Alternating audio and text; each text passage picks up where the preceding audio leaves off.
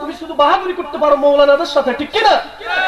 আজকে অনেক জায়গায় সুদের কথা বলতে গেলে মসজিদের চাকরি চলে যায়, অনেক সময় সুদের কথা বলতে গেলে মাহফিলের মঞ্চে আলোচকদেরকে বিভিন্ন ভাবে লাঞ্ছিত করা হয়, ঠিক কিনা? আজকে তাদেরকে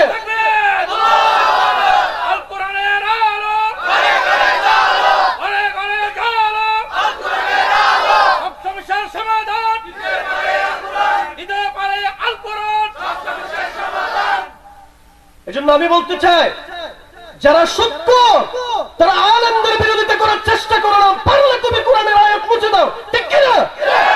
আর কোরআনের আয়াত যে মুছতে আসবে সে কাফের কাফের কাফের, ঠিক কিনা? তুমি তোমার মুসলমানিত্ব বাদ দিয়ে দাও। যতদিন পর্যন্ত আমরা বাঁচবো ততদিন পর্যন্ত কোরআনের কথা বলেই যাব, ঠিক কিনা? যদি আল্লামা সাঈদীর মতো যদি নিজের জীবন যদি দিয়ে দিতে হয়, কারা কারা জীবন দিতে প্রস্তুত আছেন, ঠিক কিনা?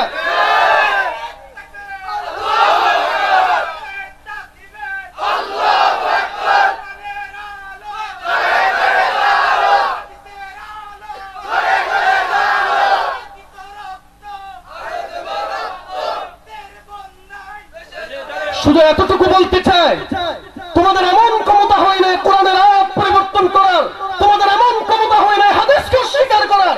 যদি হয় সেগুলো করো, বাহাদুরি করবে না কোনো মসজিদে, বাহাদুরি করবে না কোনো এলাকায় এসে সুদের পক্ষে কথা বলবে এমন কোন নেতা যদি আসে, আগামীতে তাদেরকে জুতা পেটা করবেন, ঠিক কিনা? সম্মানিত হাজিরিন,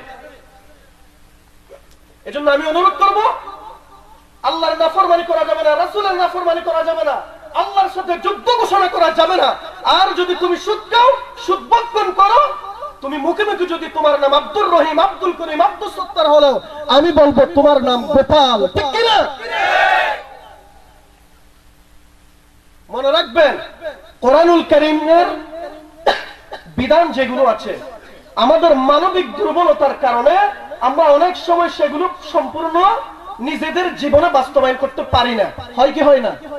ধরেন নামাজ কয় ওয়াক্ত ডেইলি? 5 ওয়াক্ত। নামাজ কয় ওয়াক্ত? হতে পারে আমি 5 ওয়াক্ত নামাজ পড়তে পারি না, এজন্য আপনাকে কেউ কাফের ফতোয়া দিতে পারবে না। কিন্তু আপনি যখন নামাজকে যখন অস্বীকার করবেন, ঠিক সাথে সাথে আপনি কাফের হয়ে যাবেন, ঠিক কিনা? ঠিক একই রকম সুদের বিরুদ্ধে কথা বললে যদি তোমার গা জ্বলে, তুমি সাথে সাথে কাফের হয়ে যাবে, ঠিক কিনা? বলেন তো শয়তান কয়টা অপরাধ করেছিল? বলেন বলেন, কয়টা অপরাধ করেছিল? আল্লাহ বলেছিলেন সিজদা করো, ফাসাজাদু, সবাই সিজদা করলো, ইল্লা ইবলিস, ইবলিস সিজদা করলো না, ইস্তাকবার, সে অহংকার করলো, দাম্ভিকতা প্রকাশ করলো। আল্লাহ বলছেন ওয়া কানা মিনাল কাফিরিন, সেই দাম্ভিকতার কারণে, অহংকার করার কারণে, আমার একটা অর্ডার না মানার কারণে সে কাফের হয়ে গেল, ঠিক কিনা? সুতরাং একটা অপরাধ করার কারণে যদি কাফের হয়ে যায়, আর তুমি সুদ ভক্ষণ করবে, বড় বড় দালাল কোটা বানাবে, এরপরে আর আমাদের কিছু বক্তাও তো আছে, কিছু মৌলভীও আছে, 200 টাকা 300 টাকা দিলে ওই সুদখোরের বাড়িতে গিয়ে সুন্দর করে একটা দাওয়াত পড়ে, খতমে কোরআন পড়ে তারা জান্নাতে পৌঁছে দিবে। নাউযুবিল্লাহ, বলেন না? এমন আলেম আছে না নাই? তোমরা কোরআন বিক্রি করছো, ওয়ালা তাশতারু বিআয়াতি সামানান কলিলা।